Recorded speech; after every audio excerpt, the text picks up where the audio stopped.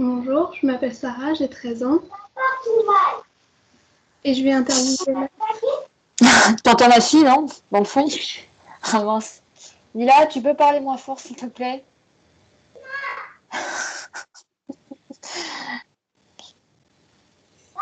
Attends, je vais bouger, je vais me mettre ailleurs pour que...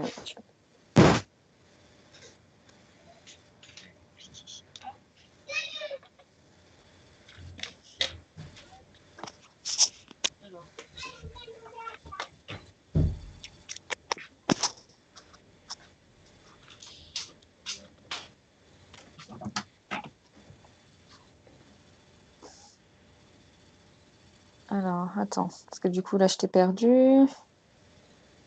Tac.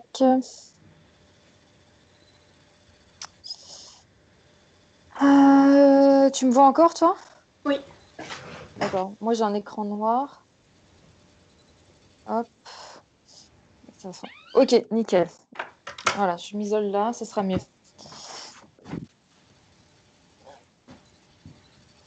Bon, on reprend, désolée. pas grave. Donc bonjour, je m'appelle Sarah, j'ai 13 ans et je vais interviewer Lamia Semlali, cofondatrice et présidente de Sea Shepherd France et de l'association Rewild. Bonjour Lamia. Bonjour, Sarah. Pourriez-vous nous dire quel a été votre parcours? Mon parcours. Il n'a pas été franchement direct, vu que après le bac, je savais pas trop ce que je voulais faire. J'aimais déjà énormément les animaux, mais j'étais plutôt une littéraire dans l'âme et donc pas vraiment scientifique. Donc en fait, j'avais renoncé à l'idée d'être scientifique. J'avais pensé à être vétérinaire quand j'étais au collège, mais voilà, les maths, la physique, tout ça, c'était vraiment pas mon truc. Du coup, en sortant du lycée, j'ai fait quelque chose qui avait rien à voir. C'est-à-dire que j'ai fait une école de publicité et de marketing. Et là, je me suis rendu compte que c'était pas du tout pour moi. Donc, en faisant des stages euh, en entreprise, je me sentais vraiment pas à ma place. Euh, j'ai fait des petits boulots pour savoir un peu où j'en étais. Et là, je me suis rendu compte qu'en fait, vraiment, ce que j'avais envie de faire par-dessus tout, c'était de travailler pour la planète, pour les animaux, pour l'écologie. Et donc, j'ai fait une remise à niveau scientifique parce que j'avais pas un bac S, j'avais pas un bac scientifique et à la fac, on voulait pas de bac non scientifique en première année de licence. Du coup, j'ai fait cette remise à niveau et ça m'a permis d'intégrer la fac en première année de biologie et j'ai continué jusqu'au master. Voilà, et c'est surtout parce qu'en France, on sacralise beaucoup les diplômes et du coup, je me suis dit que si j'avais pas le diplôme adéquat, je ne pourrais pas travailler dans ce secteur-là. C'est pas forcément le cas ailleurs. Je sais qu'aux États-Unis, par exemple, on peut se former de façon autodidacte beaucoup plus facilement. Et j'ai atterri dans Sea Shepherd un peu par le biais des rencontres, parce que j'ai rencontré Paul Watson à Paris en 2005. J'étais en première année de licence et j'ai adoré le discours, la philosophie, le mode d'action, tout ça, ça me parlait énormément. Et du coup, en parallèle de mes études, j'ai commencé à m'impliquer dans Sea Shepherd. Donc, j'ai commencé à faire des missions. Les premiers partiels à la fac, j'avais séché la première session. J'avais expliqué à mes profs pourquoi. C'est parce que je partais en Antarctique pour essayer de sauver les baleines. Et du coup, les profs avaient été extrêmement compréhensifs, en fait. Ils s'étaient arrangés pour que je puisse faire les TP que je ne pourrais pas rattraper plus tard. Et du coup, j'ai eu mes partiels au rattrapage de juin. Et j'avais vraiment apprécié leur ouverture à ce niveau-là. Donc voilà, et en fait, pendant 5 ans, j'ai alterné un peu entre le cursus universitaire et le terrain avec Sea Shepherd, et j'avais qu'une seule envie, c'était de finir mes études pour me consacrer complètement à mon activisme avec Sea Shepherd. Et que pouvez-vous nous dire de votre expérience au sein de Sea Shepherd justement? Bah, ça a été une expérience, et ça l'est toujours d'ailleurs, parce qu'on continue d'apprendre, on continue de faire des choses nouvelles. C'est extrêmement enrichissant. Ce que j'apprécie beaucoup, c'est que on n'est pas juste un pion dans un échiquier, c'est-à-dire que on peut être force de proposition. Moi, je suis partie vraiment de rien, et j'ai cofondé l'antenne française en 2006 parce que ça n'existait pas ici, et Paul Watson m'a fait confiance. Quand j'ai voulu monter des campagnes, bah, c'est pareil, il m'a fait confiance. Et, j'ai pu faire mes preuves sur le terrain. C'est une organisation qui donne sa chance. Il n'y a pas de discrimination, que ce soit au niveau de la formation, ou au niveau même de l'âge ou du genre. Par exemple, on a des femmes à tous les postes clés. On a des femmes capitaines, on a des femmes chargées de campagne, des femmes chefs mécanos, des femmes bah, directrices nationales. Euh, on peut avoir des jeunes aussi à des postes importants, pour peu qu'ils aient fait leurs preuves et qu'ils aient le bon état d'esprit. Et donc, vraiment, ce que j'aime beaucoup, c'est que c'est une organisation où tout se gagne au mérite. Voilà. Et en même temps, ça permet de toucher à plein de choses. Et pour moi, ce qui est vraiment enrichissant, c'est de pouvoir faire à la fois du terrain, parce que ça recharge les batteries, c'est très concret, on est sur la ligne de front, et en même temps, tout ce que je peux faire quand je suis à terre, donc travailler sur des dossiers de fond, de la communication, de la levée de fonds, travailler à diffuser le message. Et je pense qu'on est d'autant plus crédible et d'autant plus convaincant quand on est soi-même convaincu, et quand on parle de ce qu'on a vécu, de ce qu'on vit. Et donc c'est pour ça que je trouve que le terrain, donc les missions sur la ligne de front sont importantes et complémentent bien ce qu'on peut faire à terre. Et dans le même temps, j'ai conscience aussi que c'est pas forcément pour tout le monde, parce que tout le monde peut pas forcément partir en mission, et il y a plein de gens qui s'investissent dans l'organisation à leur échelle. Mais je pense que quand on est très investi, à un moment donné, c'est bien de pouvoir faire un peu de terrain, au moins un peu. Et pour moi, c'est important que tous ceux qui travaillent à l'évolution, au développement de Sea Shepherd France, qu'ils aient l'opportunité, euh, au moins de temps en temps, de faire ne serait-ce que quelques jours ou quelques semaines de terrain, parce que c'est l'aboutissement de tout le travail qu'ils peuvent faire à l'année. Et du coup, enfin, à chaque fois, ça recharge énormément les batteries. Et c'est tellement concret que c'est hyper enrichissant, et c'est aussi une récompense. Que fait Sea Shepherd exactement?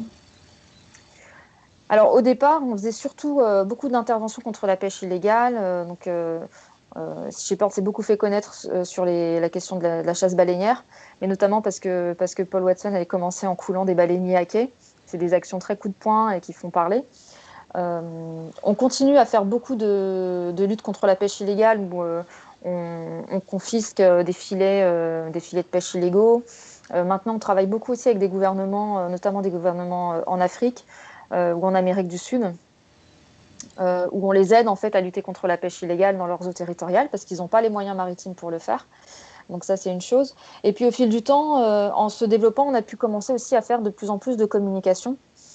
Donc aujourd'hui, on fait pas mal de conférences, on fait pas mal de documentaires, on sort des livres, on fait des interventions de plus en plus dans les écoles. On a même lancé une branche qui s'appelle Sea Shepherd Kids, euh, donc, qui s'adresse particulièrement aux enfants, et où on propose des ateliers, des livres, des petites conférences, des choses qui s'adressent directement aux enfants. Et c'est quelque chose qu'on faisait pas trop au début, parce que en fait, on était très petits. Et même aujourd'hui, en fait, on donne l'impression d'être une énorme organisation, mais en fait, pas tant que ça. Enfin, comparé à une petite association de quartier, oui, mais comparé à des grosses ONG qui sont beaucoup plus connues, en termes de moyens, on reste très petit. Par contre, on donne cette impression de gigantisme parce qu'on a des bateaux et parce qu'on va au charbon et qu'on fait des actions qui sont coup de poing, qui sont médiatiques. Du coup, on a l'impression que c'est une énorme machine, euh, mais finalement, pas tant que ça. Comment est-ce que vous êtes financé? On est financé à 100% par des dons privés de monsieur et madame tout le monde. On a quelques très rares fondations qui nous filent un coup de main de temps en temps, mais ça doit représenter même pas 5%. En fait, à 95%, c'est monsieur et madame tout le monde qui nous financent. On n'est pas du tout subventionné, on n'a pas de fonds publics, mais ça nous permet aussi d'être complètement libre parce que souvent aussi on, on s'attaque à des problématiques où on met en cause la responsabilité de l'État. Et donc, des associations qui sont trop dépendantes de subventions, elles perdent en liberté d'action et en liberté de parole. Et pour nous, cette liberté, elle n'a pas de prix. Donc, on préfère, euh, on préfère être uniquement financé par monsieur et madame tout le monde qui ont envie de nous voir agir là où c'est nécessaire et pas nous voir reculer parce que tel ou tel sujet est trop polémique. Donc voilà. Pourquoi avoir choisi le drapeau des pirates comme logo? Alors, à la base, en fait, le premier logo, c'était pas un logo de pirate. Il existe toujours d'ailleurs, le premier logo, c'est une baleine avec un petit dauphin. Donc, c'est le logo classique, entre guillemets. Et en fait, quand Sea Shepherd a commencé à faire des actions très coup de poing, à couler des baleiniers, à confisquer des filets illégaux ou à éperonner des navires en mer, eh ben, les détracteurs de Sea Shepherd ont commencé à nous traiter de pirates. Et Paul Watson, lui, il adore cette imagerie de pirate. Il dit justement les pirates, c'est tout sauf des bureaucrates. Et, euh, et les, en face, il y a les pirates, les baleiniers qui tuent illégalement des baleines, sont des pirates, mais ce sont des pirates qui sont motivés par la cupidité. Et, euh, et comment dire, le positionnement de Paul là-dessus, c'est que pour arrêter des pirates, il faut des pirates. C'est pas des bureaucrates qui vont arrêter des pirates. Donc nous, on est des pirates, mais des pirates qui sont motivés par la compassion et qui défendons les animaux marins. Et on s'oppose aux autres pirates qui, eux, détruisent l'océan. Voilà. Et du coup, le logo de pirate a été revisité. Donc à la place des zoos humains, c'est le trident de Neptune pour la combativité, qui symbolise la combativité de Sea Shepherd, et le bâton de berger, qui symbolise la protection, puisque Sea Shepherd, ça veut dire berger de la mer, donc c'est la protection des troupeaux marins. Et en fait, le nom a été inspiré à Paul sur la banquise avec les bébés phoques, les petits blanchons qui se faisaient massacrer. En fait, ils ressemblaient à des petites boules blanches qui faisaient penser à des moutons. Et donc, Paul s'est dit, en fait, on est les bergers de ces petits bébés phoques et donc berger de la mer, Sea Shepherd, parce que Shepherd ça veut dire berger. Donc ça vient de là en fait, ça vient des bébés phoques. Qu'est-ce que vous répondez aux gens qui vous traitent d'éco-terroristes? C'est un terme un peu galvaudé maintenant, mais si on prend le sens du mot écoterroriste, on pourrait quand même se dire que logiquement, l'écoterroriste, c'est celui qui sème la terreur sur la planète. Donc c'est plutôt ceux qui détruisent la planète, c'est plutôt les grosses compagnies pétrolières, OGM, voilà, ceux qui saccagent la planète, vraiment. En plus, il y a vraiment une distorsion complète parce que en matière d'écologie, euh, ce sont les écologistes qui se font tuer. La terreur, elle est dans l'autre camp. C'est plutôt ceux qui détruisent la planète qui sèment la terreur et qui tuent ceux qui essayent de la protéger. Pas plus tard qu'il y a une dizaine de jours, il y a encore 13 gardiens du parc national de Virunga en République démocratique du Congo qui protègent les gorilles, qui ont été massacrés par une soixantaine d'hommes armés. Voilà, c'est des centaines de personnes qui meurent en essayant de protéger le monde naturel. Et de l'autre côté, on ne voit pas les écologistes être violents, pas du tout. Au contraire, quand on voit un groupe comme Extinction Rébellion, par exemple, qui ne fait que s'asseoir sur un pont et bloquer la circulation quelques heures, on a la police, les gaz lacrymaux, alors que c'est une action qui est complètement pacifique, hein, finalement. Donc voilà, il y a deux poids, deux mesures à ce niveau-là. Il est clair que la violence, elle est du côté de ceux qui détruisent la planète et certainement pas du côté de ceux qui la défendent. J'ai entendu parler de l'opération Dolphin Bycatch qui a lieu sur les côtes françaises et qui vise à exposer et à empêcher le massacre des dauphins. En quoi est-ce que cela consiste? Alors en fait, il y a beaucoup de gens, beaucoup de Français qui ignorent même qu'on a des dauphins en France et qui sont choqués de voir par exemple les massacres de dauphins à Taiji, au Japon ou aux îles Féroé. Alors que nous, en France, on tue encore plus de dauphins que n'en tuent les Japonais ou les Féringiens. On les tue avec les bateaux de pêche qui ramènent le poisson qu'on consomme. Et en fait, aujourd'hui, c'est pas les harpons explosifs qui risquent de faire disparaître les baleines ou les dauphins, c'est les filets de pêche qui pêchent le poisson qu'on mange, nous. Et, euh, et cette campagne, elle vise à alerter l'opinion publique sur le fait que les gens mangent beaucoup trop de poissons. Parce qu'on mange trop de poissons, on a développé des méthodes de pêche qui ne sont pas du tout sélectives, qui pêchent tous sur leur passage. Et les dauphins, même s'ils sont une espèce protégée, l'État n'a pas interdit ces méthodes de pêche sur leur zone d'habitat. Et donc le résultat, c'est qu'ils sont capturés par milliers. Et d'ici 20 ans, on n'aura plus de dauphins sur la façade atlantique française, peut-être même à l'échelle mondiale, parce que c'est un problème qui, même s'il est très important en France, il existe aussi ailleurs. Mais la France est le pays qui tue le plus de dauphins en Europe. Et, euh, et les gens ne s'en rendent pas du tout compte. En fait, la consommation de poissons, elle a explosé sur les 50 dernières années. Les gens mangent du poisson sans même se poser la question. On mange du poisson comme on mangerait des carottes, alors que l'impact n'est pas du tout le même. Et en fait, on est en train de détruire l'océan et d'affamer les prédateurs marins et de les massacrer en ce qu'on appelle des captures accidentelles. Ça n'a rien d'accidentel parce qu'on sait qu'en allant pêcher sur ces zones-là avec ce genre de technique de pêche, on sait qu'on va les tuer par milliers. Donc, c'est pas accidentel, en fait, on les sacrifie. Et il ne faut pas croire que c'est uniquement la pêche industrielle. C'est pas que des gros navires qui font ça, c'est aussi des petits bateaux.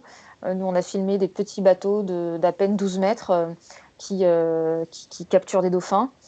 Et, euh, et ils sont des milliers. Donc, la petite pêche, comme on l'appelle, elle n'est pas forcément vertueuse. D'ailleurs, en Méditerranée, par exemple, plus de 92% des bateaux sont des petits bateaux qui font de la pêche locale. C'est pas de la pêche industrielle. Et pourtant, la Méditerranée est la mer la plus surpêchée au monde.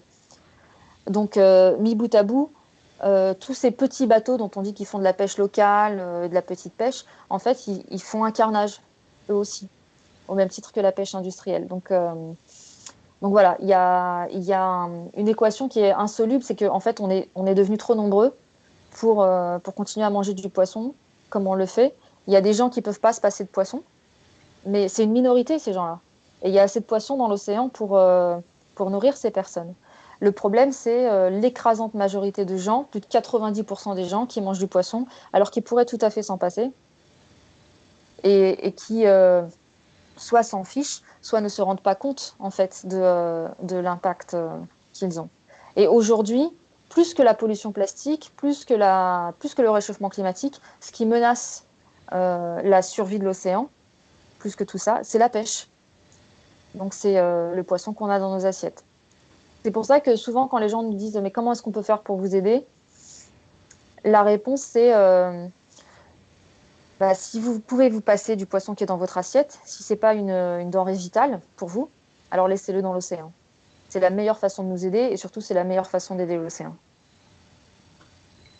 Est-ce que vous pouvez nous parler du bateau qui sert pour l'opération Dolphin Bycatch? Alors, il y en a deux. Il y a le Sam Simon, qui est un gros bateau qui était basé à La Rochelle, qui est d'ailleurs toujours à La Rochelle en période de confinement. Donc, c'est un bateau qui a à son bord deux petits bateaux, deux semi-rigides, qu'on déploie en mer pour aller voir un peu ce qui se passe au niveau des bateaux qui pêchent. Et puis, il y a un autre bateau qui s'appelle le Clémentine, qui est un semi-rigide aussi, qui est indépendant et qui patrouille de son côté. Et ça nous permet de couvrir 2 zones différentes.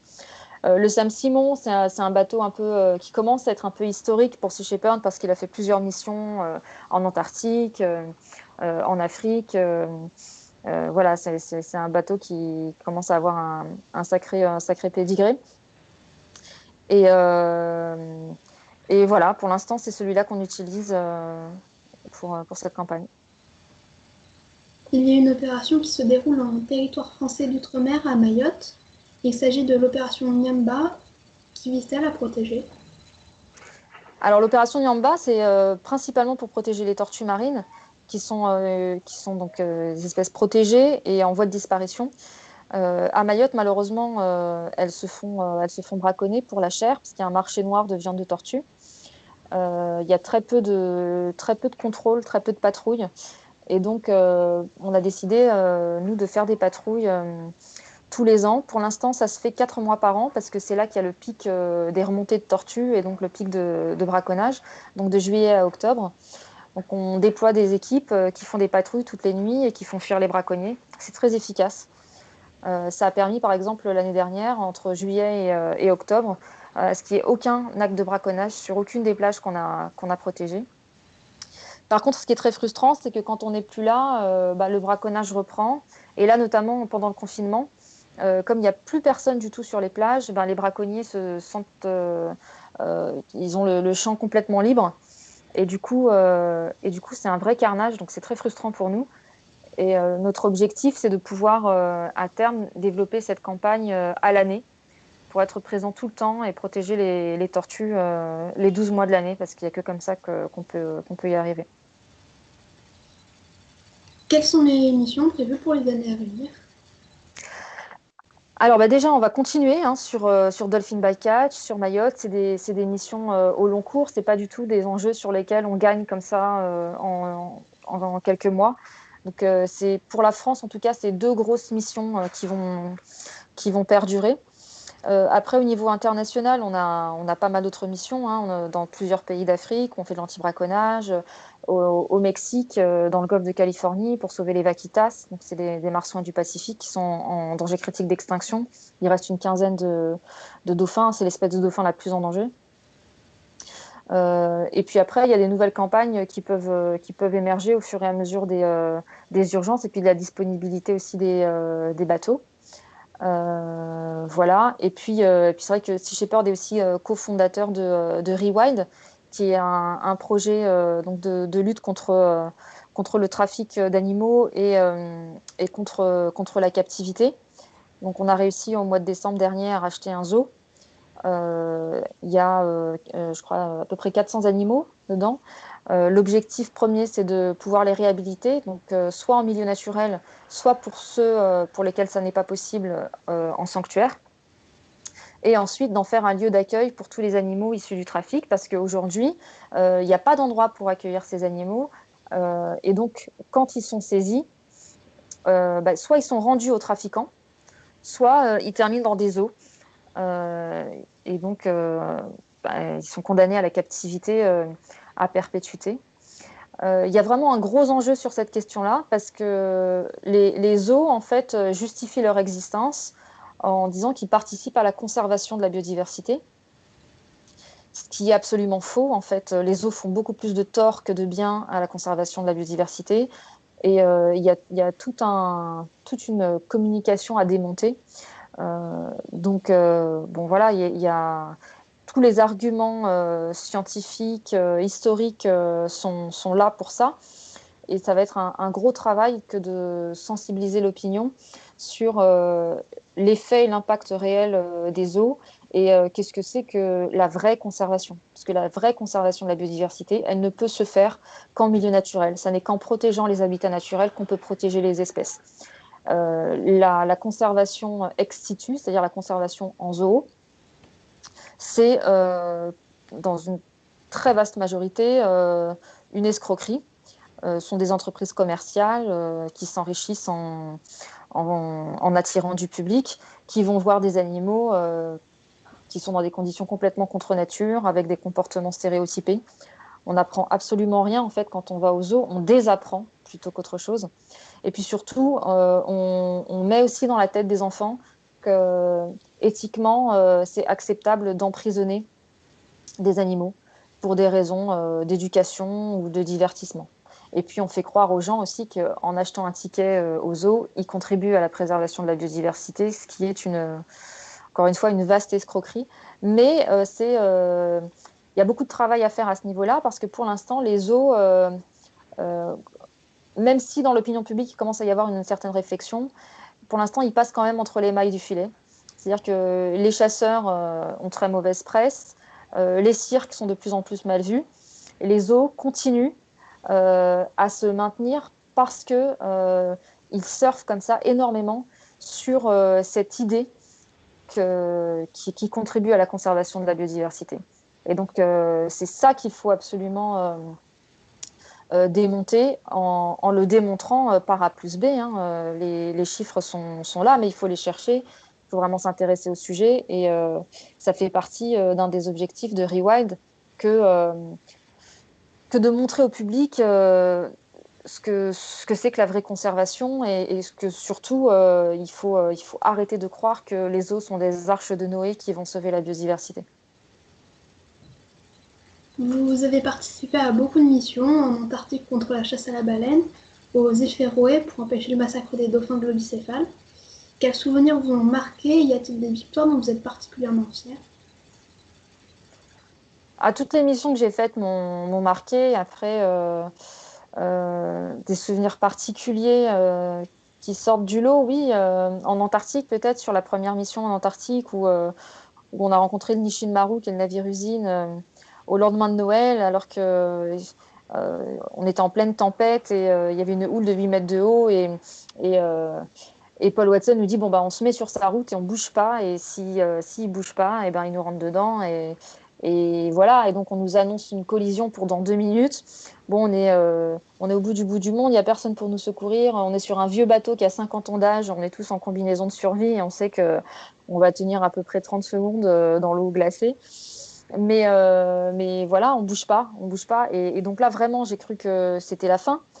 Ça a été très fort parce que la première question que m'avait posée Paul Watson quand je l'ai rencontré et que je lui ai dit que je voulais rejoindre Sea Shepherd, il m'avait demandé si j'étais prête à risquer ma vie pour sauver une baleine. Et moi, j'avais jamais vu de baleine de ma vie, mais je lui avais répondu oui. Et j'étais convaincue que c'était le cas. Enfin, pour moi, ça venait vraiment des tripes. Donc, et quand il y a eu ce moment-là, c'était un peu le baptême du feu, hein, l'épreuve test. Même si j'ai eu peur, à aucun moment j'ai regretté d'être là où j'étais.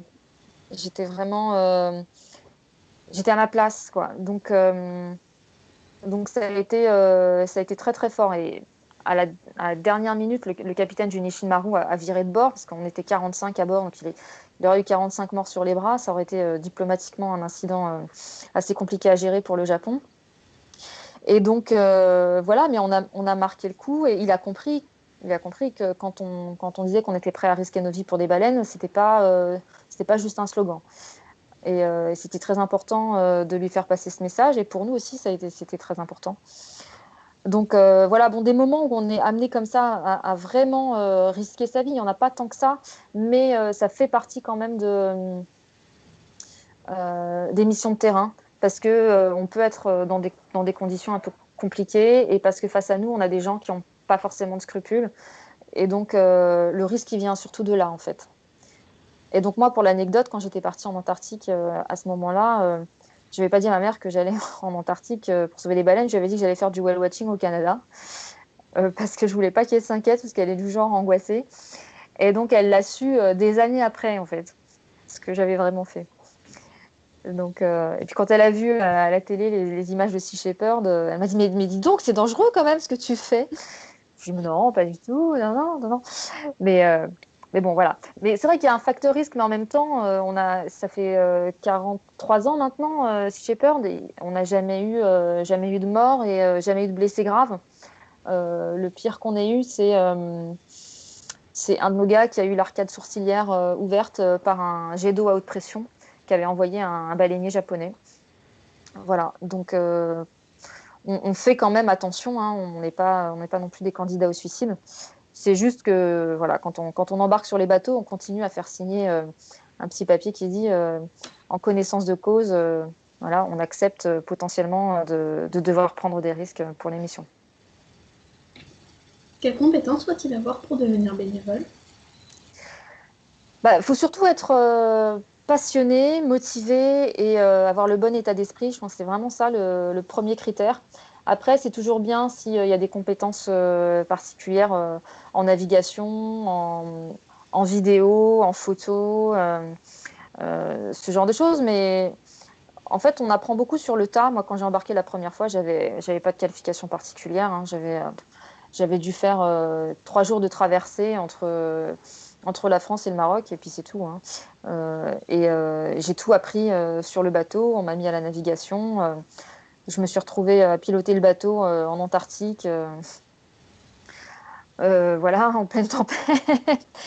Mais voilà, on apprend sur le tas. On a des gens qui arrivent qui n'y connaissent strictement rien et qui deviennent mécanos, qui apprennent la cuisine, qui apprennent la navigation, comment fonctionne le pont. Voilà, le tout, c'est d'avoir aussi le temps. Il faut avoir un peu de temps quand même, en tout cas au moins sur les premières missions, euh, parce que, euh, parce que pour former les gens, ça prend un peu de temps. Et donc voilà, donc être passionné, avoir un bon état d'esprit, avoir du temps et parler anglais, parce que c'est quand même la langue officielle à bord, vu qu'on a énormément de nationalités différentes. On a plus d'une vingtaine de nationalités. Et donc la langue officielle à bord, c'est l'anglais. Donc faut quand même pouvoir se débrouiller en anglais. Et est-ce que vous avez un message en particulier à faire passer aux éditeurs? Euh, je pense qu'on a tous envie, quel que soit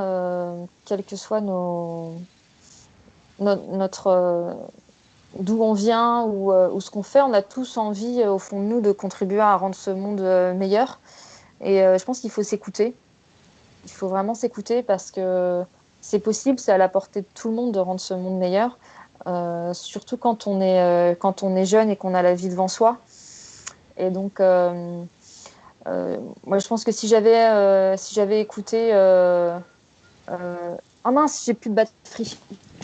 Attends. Ça lag pas mal. Attends. Là, c'est bon, l'enregistrement est lancé.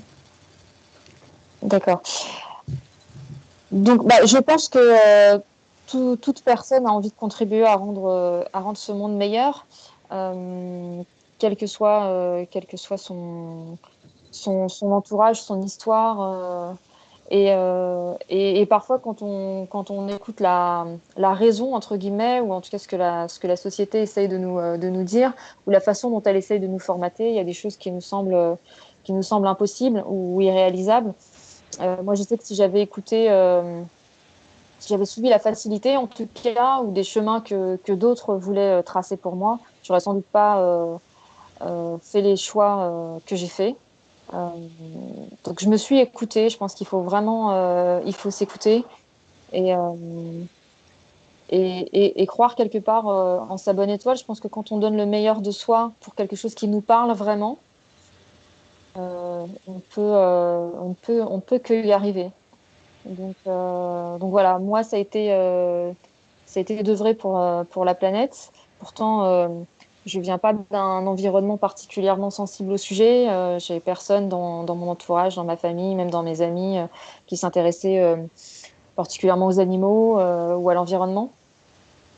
J'ai fait mon chemin toute seule parce que c'est là que mon cœur avait envie d'aller et j'ai mis ma tête au service de ça, c'est-à-dire que ben, voilà, en reprenant les études et en couplant ça avec mon activisme, j'ai pu, euh, j'ai pu atteindre des choses que j'aurais pas cru possible. Je pense que s'il y a 15 ans, on avait demandé à la petite Lamia qui sortait du bac euh,